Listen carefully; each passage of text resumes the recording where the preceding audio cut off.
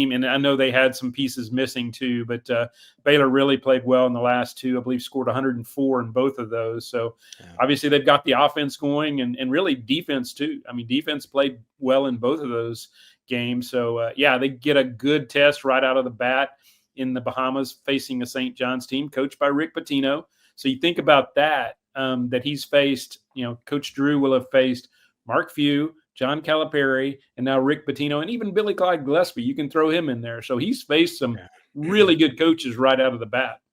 Yeah, that's really cool. So that first game is on Thursday at 6 p.m. against St. John's.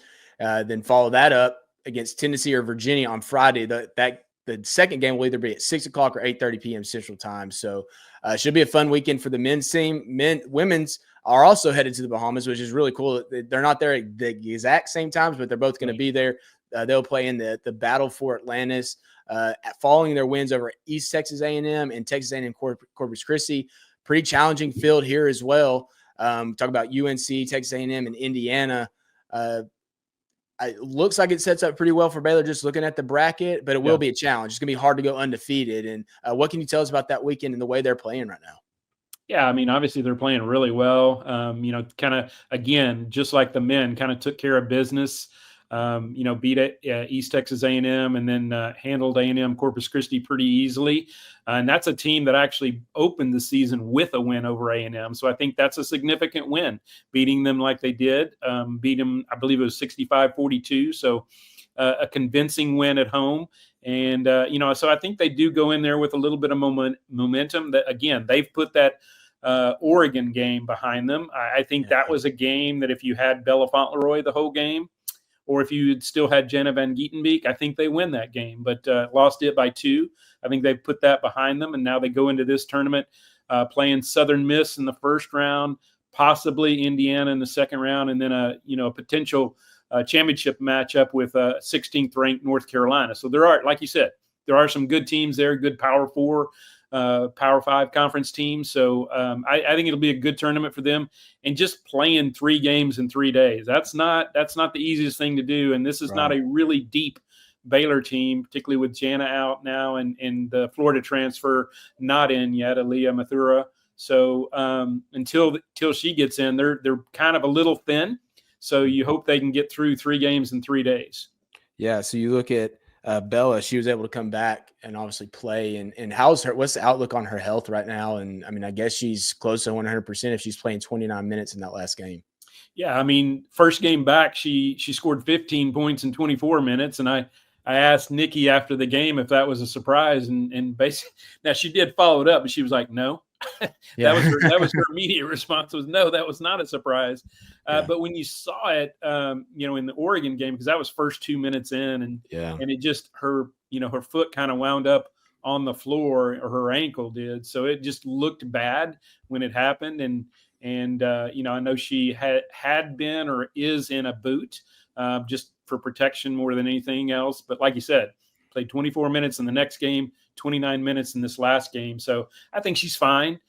She may not be 100%, but she's obviously getting treatments and all that, and she'll be good to go. Now, again, that's going to be hard for her. 3 games in 3 days on maybe a little bit of a sore ankle still. So, we'll see how she does in getting through that.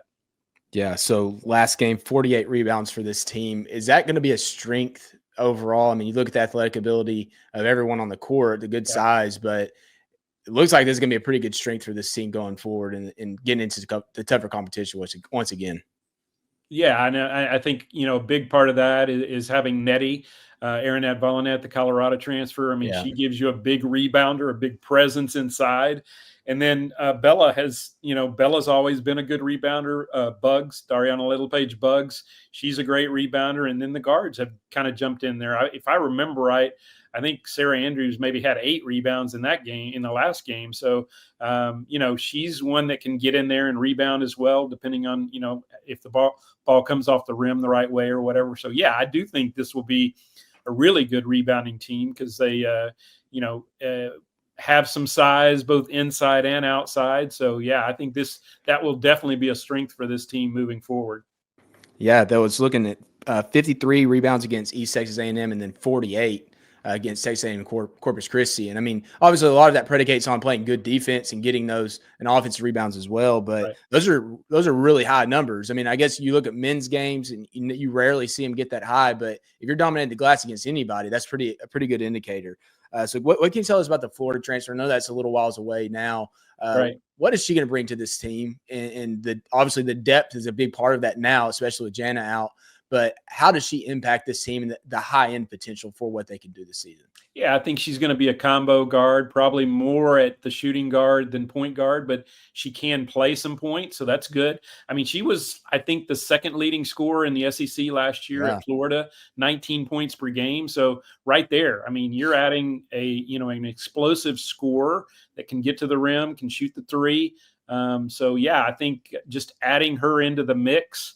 And like you said, with Jana Van Gietenbeek out now for the season with an ACL, they really needed that depth, and actually, got her or at least got her committed before Jana's injury. But, now it looms huge that they were able to get her out of the transfer portal because, they really needed that depth. You thought going into the season, man, a lot of guards and even I, when they signed her or when they got the commitment, I was like, well, what do they need another guard for? Well, now you desperately need that. So I think that'll be a huge thing. And Yaya Felder, I think, has played a lot better in the last couple of games as well.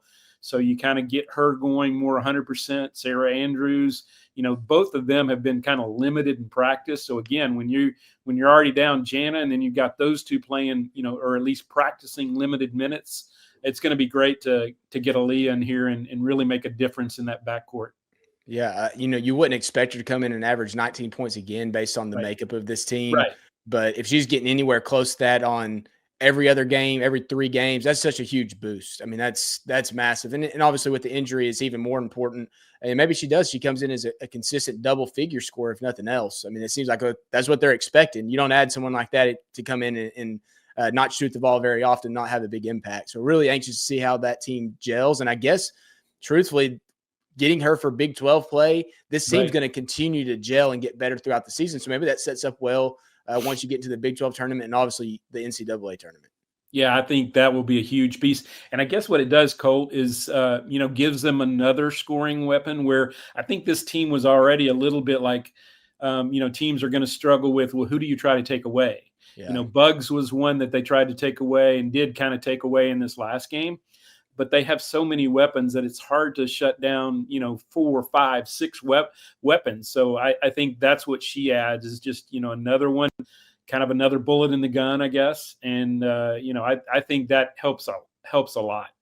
Yeah. So really anxious to see how this team gels together. The first game against Southern Miss in the Battle for Atlantis is on Saturday at 12:30 p.m. Central Time, and then kind of varies depending on wins and losses of what the rest of that schedule looks like.